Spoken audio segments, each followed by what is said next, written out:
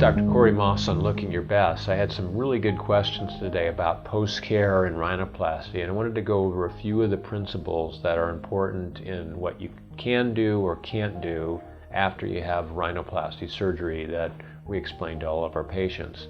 First of all, the nose is a very vascular structure. Obviously, there are a lot of blood vessels. Everybody's probably experienced a nosebleed at some point in their life, so we know it doesn't take a lot of pressure, damage, or bumping of the nose to cause bleeding.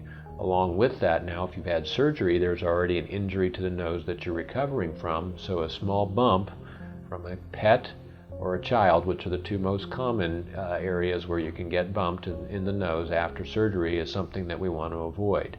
That doesn't say that you're going to avoid your children, but you got to be careful if they're small children that they don't tilt their head back when you're holding them. And if you've got a happy dog or cat that likes to jump up on you, you want to be very careful when they're around so that they're not bumping into your nose. Rhinoplasty surgery, of course, we want to avoid bleeding, and my basic premise on this, or tenet about post-operative activities and exercise, is there should be no bending, lifting, or straining exercises for 2 weeks after the surgery.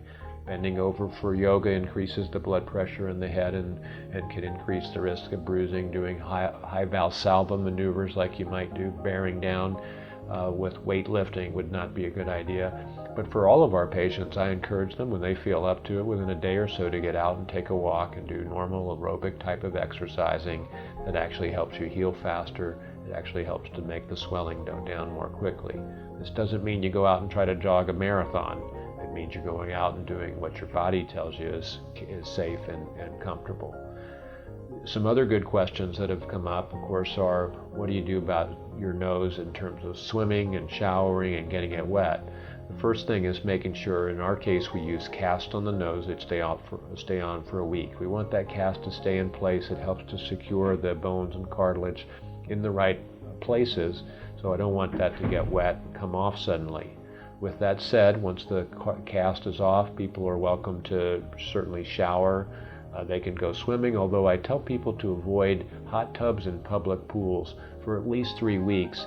And really, when I say swimming, it would be keeping the head out of the water for the first 2 weeks to 3 weeks, or until I or your doctor clears you for swimming.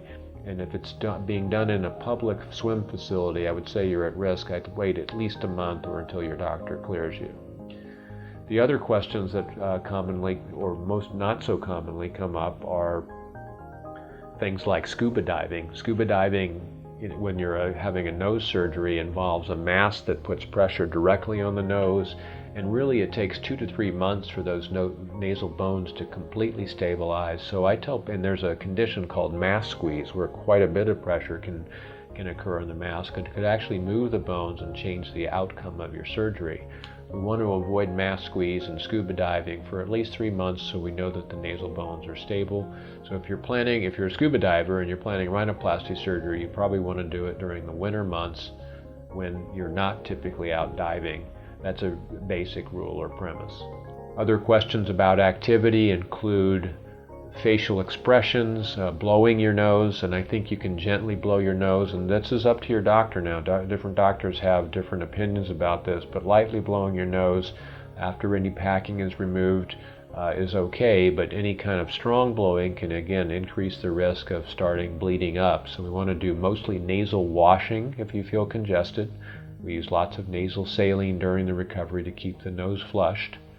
And then if there has to be a little bit of blowing, it's got to be very light blowing.